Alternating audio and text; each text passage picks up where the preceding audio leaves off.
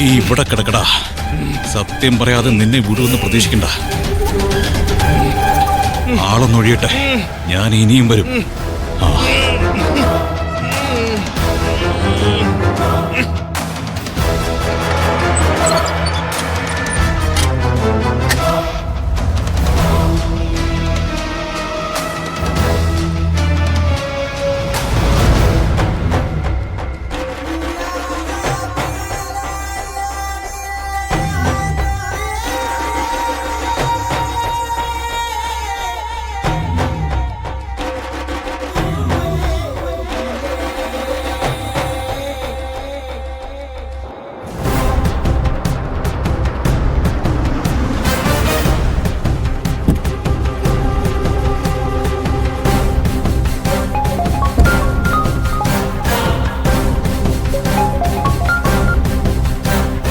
പവിത്രൻ ആരാണെന്ന് കണ്ടുപിടിക്കാൻ നിന്നെ ഏൽപ്പിച്ചിട്ട് നാളെത്രയായി? നീയൊക്കെ എവിടുത്തെ ഗുണ്ടയാടാ?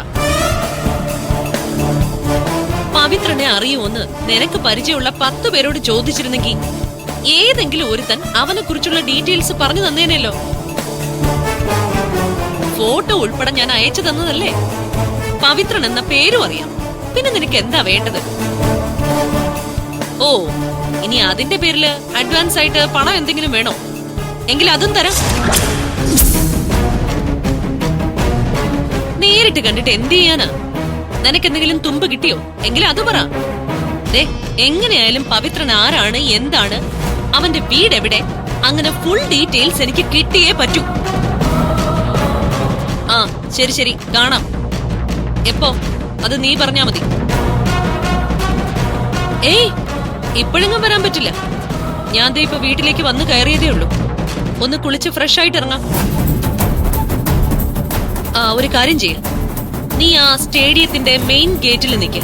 ഞാൻ അവിടെ വരാം. ഓക്കെ? ഒരു അരമണിക്കൂറിനുള്ളിൽ ഇറങ്ങാം.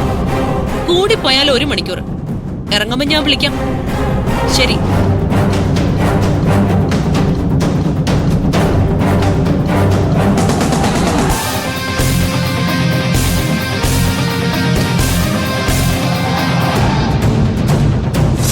നിനക്ക് പവിത്രൻ ആരാണെന്ന് അറിയണോ അല്ലേ? കൊള്ളാടി ബസു. നീ സ്റ്റേഡിയത്തിനടുത്ത് നീ ആരെ കാണാൻ പോവാ? നീ ഇനി ഒരുത്തനെ കാണില്ല. അതിന് നീ ഈ വീട്ടിൽ നിന്ന് പുറത്തിറങ്ങിയിട്ട് വേണ്ടേ? അതിനുള്ള പണി ഞാൻ ചെയ്തോളാം.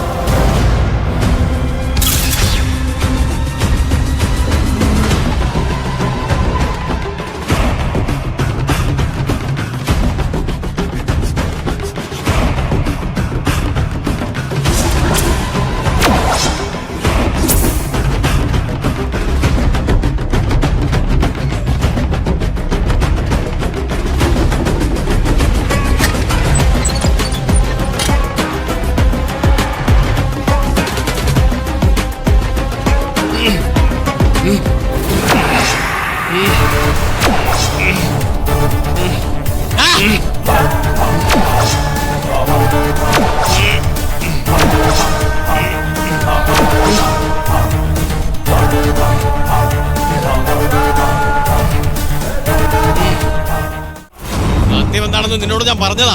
പക്ഷേ നീ എന്റെ കുടുംബം നശിപ്പിച്ചു. ഇനി നിനക്ക് എന്റെ ജീവൻ കൂടി എടുത്തേ പറ്റൂ അല്ലേ? ജീവിക്കാൻ അനുവദിക്കില്ല എന്ന് കണ്ട പിന്നെന്ത് ചെയ്യും? എക്കാലവും ഭയന്ന് ജീവിക്കുന്നതിനേക്കാൾ നല്ലത് അങ്ങ് കൊന്ന് ഒഴിവാക്കുന്നതാ. നിന്നെ തീർക്കാൻ ഇതിനേക്കാൾ നല്ലൊരു അവസരം ഇനി കിട്ടിയെന്ന് വരില്ല. എനിക്ക് ചാവാൻ വയ്യ സാബു. അതുകൊണ്ട് നീ ചത്തേ പറ്റൂ. നിന്റെ ഈ കിടപ്പ് ഞാൻ അങ്ങ് തീർക്കുവാ. ഞാൻ സൈഫാ. ഇതിന്റെ പഴി ആ ഗൗതമിന്റെ മണ്ടയ്ക്ക് വെച്ചു കൊടുക്കും. ഗൗതം നിന്നെ തീർത്തതിന്റെ ദൃക്സാക്ഷി എന്ന ക്രെഡിറ്റ് ഞാനിങ്ങ് എടുക്കുവാ. നീ എന്നോട് ക്ഷമിക്കടാ സാബു. വേറെ വഴി ഇല്ലാഞ്ഞിട്ടാ മച്ചാനെ. അപ്പോ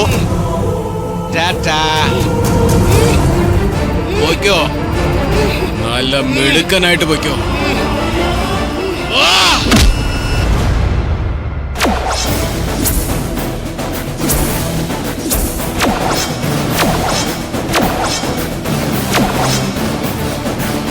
ഈ കിടക്കുന്ന ഉടുമ്പ് സാബുവിന്റെ മേൽ നിനക്കൊരു കണ്ണുണ്ടെന്ന് എനിക്ക് നേരത്തെ തോന്നിയതാ. അതുകൊണ്ട് തന്നെ നിന്റെ ഓരോ നീക്കങ്ങളും ഞാൻ ശ്രദ്ധിക്കുന്നുണ്ടായിരുന്നു.